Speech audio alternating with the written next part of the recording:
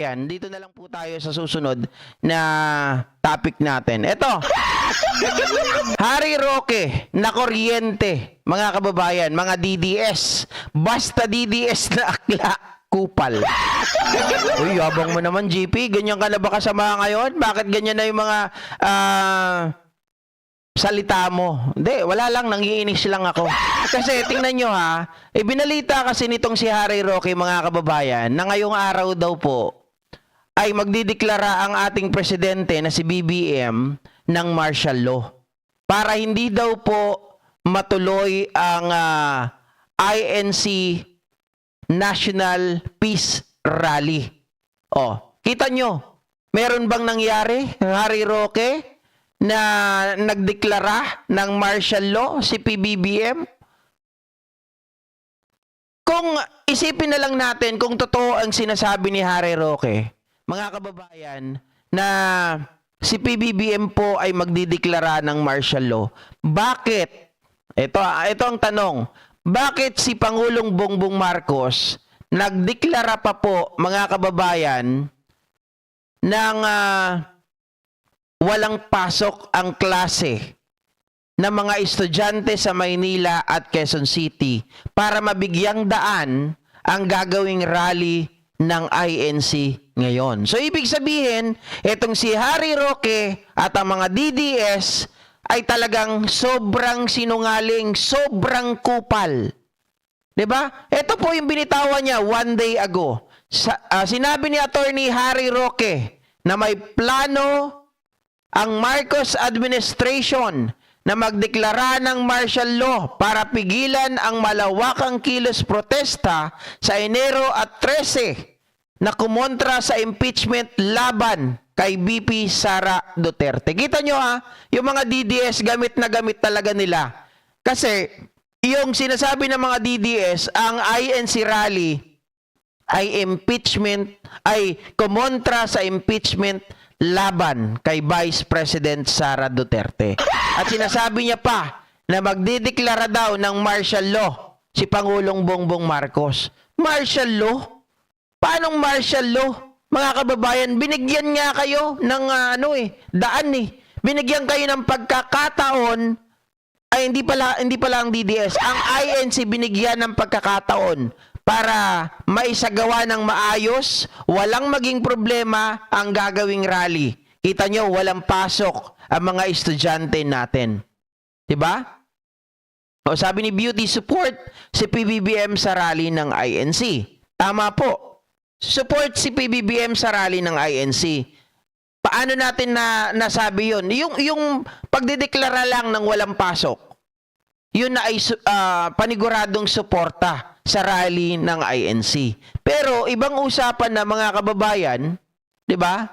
Ibang usapan na kapag nanggugulo na yung mga DDS. Kaya nga sabi ko sa mga nakaupo dyan ngayon sa Malacanang, wag po tayong magpakampante. Wag po tayong umasa na ito ay purong kapayapaan dahil nandun na nga po nakisingit ang mga DDS.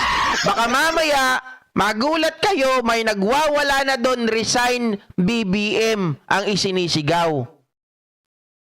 Sabi ni Emma Rifa, INC rally to support Sara yan, niloloko lang kayo ng mga INC kaya dapat lang mag-declare ng martial law ang Pangulo. Ako, hindi naman, hindi po tawag dito.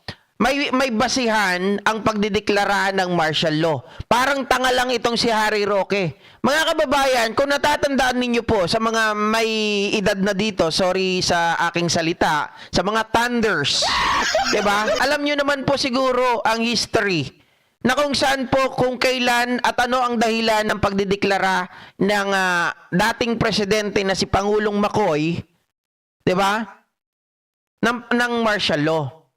Meron pong basihan, may requirements na tinitingnan. Hindi basta-basta yan. Kapag sobrang gulo na at hindi na talaga kaya, mga kababayan, na mahawakan o hindi na kayang pasunurin ang mga tao, I believe that should be the time na pwede na siya magdeklara ng martial law. But as of the moment, hindi pwede. Kaya pa naman eh. 'Di ba? Kung ang INC walang kinikilingan, huwag kayong mag-endorso ng mga politikong tatakbo. So anumang eleksyon. Tama. Mga kababayan. 'Di ba? Wrong move ang INC, sabi ni Tita Alex Sanchez. Oy, ang tita ko. Para sa ano ba talaga ang rally nila? Peace? Wala namang gulo. DDS lang ang may gulo. Hindi dapat ginawa ng INC ito. Kahit mag-rally sila, tuloy pa rin ang impeachment. Sabi ko nga mga kababayan, ang rally na gagawin ninyo, kung ito ay talagang for peace, kasi isipin po natin mag-rally kayo, mapapanatili ba nito or mababago ba nito ang usapin na kung saan po ay mababago ang isip ng mga DDS? 'Di ba na wag nang manggulo? Na dapat umiral ang ating saligang batas, na umiral ang batas, na ipatupad ang batas. 'Di ba hindi naman? Hindi naman susunod ang mga DDS Kaya ang pinakamainam na panlaban at sandata, ako ay naniniwala, panalangin. Sabi ni Robert Correa, kupal talaga si Bading, pati presidente pinangunahan. may sarili kasing bolang kristal ito. Si Harry Roque, mga kababayan, yung bolang kristal niya puro kaaklaan. Yung bolang kristal niya na tinitingnan puro haka-haka. 'Di ba? Siya lamang yung may tanging alam. Creating creating or created by his mind. Created by his mind. Rolly Pautan, tama, wala namang gulo, nag-rally sila ng peace rally. Sana po wala talagang gulo. 'Di ba? Manggulo na kayo mga didishit ng todo, yan ang huling halakak nyo. Si Mama Irish Ledesma gusto, marami kasing mga pulis para mahuli na itong mga loko-loko, 'di ba?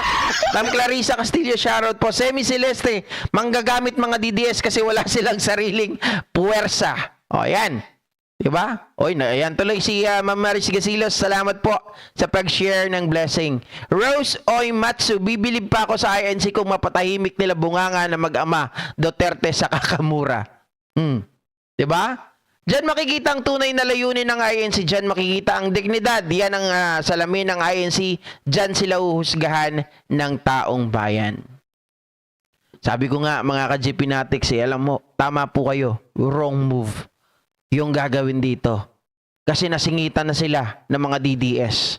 'Di ba? Nagagamit sila ng mga DDS. Kung nanalangin na lang kayo after ng pagsamba, mas maganda pa.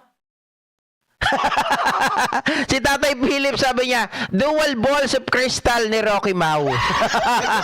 Dual balls. Pakiano rin mga kababayan Paki-support din si Tatay Philip, si Tita Carclea, si Mix Talks. Paki-support din po sila, mga political vlogger na rin yan. Si Tatay Philip medyo may halong religious, 'di ba? O sasabihin ng iba diyan, kala ko ba may separation ng state and church? Hindi naman po taga dito si Tatay Philip, sa ibang bansa po, mga kababayan. Kaya hindi po pasok yung separation of church and state sa kanya. Sabi ni Miguel Villena, basta kahit anong rally gawin nila, tulog pa rin ang palayasin. Tulog pa rin ang palayasin si Sara sa BP. Lexter Antinor, pera-pera lang labanan sa INC, pera ang mahalaga, hindi religion, yun lang. Rolly Pautan, kwentong Pinoy, Katoliko, mga Duterte, sa mga paring Katoliko nyo sabihin ang pagmumura nila. Teka lang. Okay, nagets ko na. Mga kababayan, Katoliko daw yung mga Duterte. Kala ko ba presidente ng impyerno? Katoliko pala. Jose Nilo Hoxon, ang DDS gagamitin ng INC. Ang INC pagagamit sa DDS. Tandaan natin si Ginoong Yeso Cristo at kanyang apostoles nang usigin si Kristo, hindi nag-rally. Ito ang nasa katotohanan. Bakit ginagamit sa rally? Yon. Pero going back, mga kababayan, kay Harry Roque, 'di ba? Noong nakaraang araw, sobrang gamit na gamit ito, yung pinapakalat nila na martial law. Bakit naman papipigilan ng Pangulo? Bakit naman siya magdideklara ng martial law? Harry Roque, attorney ka. Alam mo ang requirement, alam mo yung parameters kung paano at kailan dapat ideklara ang martial law. At kapag ginawa ni PBBM ang martial law, basta-basta, nang wala po sa requirement, wala sa parameter, mga kababayan, or wala doon sa mga hinihinging, tawag dito, sitwasyon, ay pwede po siyang matanggal. 'Di ba? Para ma-impeach itong si Pangulong Bongbong Marcos. Bakit niya gagawin yun? Sa simpleng rally ng INC? Magdedeklara ng martial law para mapigilan? Anak ng titing.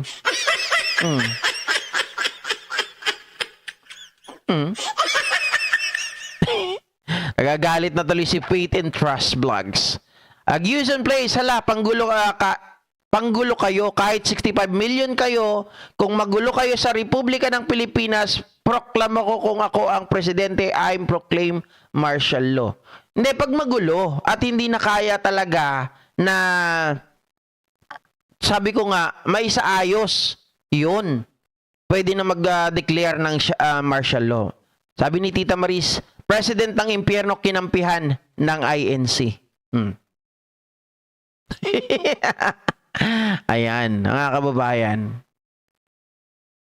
Villamin Piatos, Barangay Kagawad nga lang, pinapatulan ng INC 100 per head para iboto kanila. Hindi ko alam yun, ha? Janet Kaluwag, nireregla si Barney kaya lang kumakalat sa utak ang maduming dugo kaya wala na sa hulog ang reasoning. Hindi yan, nagpapapansin na lang to. Nakita nyo ba yung itsura ni Harry Roque, mga kababayan? May live sila kagabi, yung collaboration ng mga babae yung kasama niya eh. Puro sila babae. Diba? Super duper payat. Grabe, mga kababayan. Grabe na siguro ang panguhula niya. Ang bulang Krishna. Diba? Kung ano-ano na lang ang naiisip nitong si Harry Roque. Mapalabas lang talaga, mga kababayan, na weak leader itong si Pangulong Bongbong Marcos. Diba? Sabi niya, Amando Castro Jr., abogadong tanga yan. Pero 4 years old ako, naabutan ko ang martial law. Napakaganda, tahimik. May disiplina, kabataan pagdating ng alas 7 ng gabi, uwin. Totoo yan, mga kababayan. Kung ikaw ay law-abiding citizen, ang martial law sa'yo ay maganda. Pero kung ikaw ay hindi law-abiding citizen, sigurado galit ka sa martial law. Diba? Yan ang katotohanan eh. Kahit ang kwento ng mga lolo't lolo ko, kasi 1984, ano na ako eh,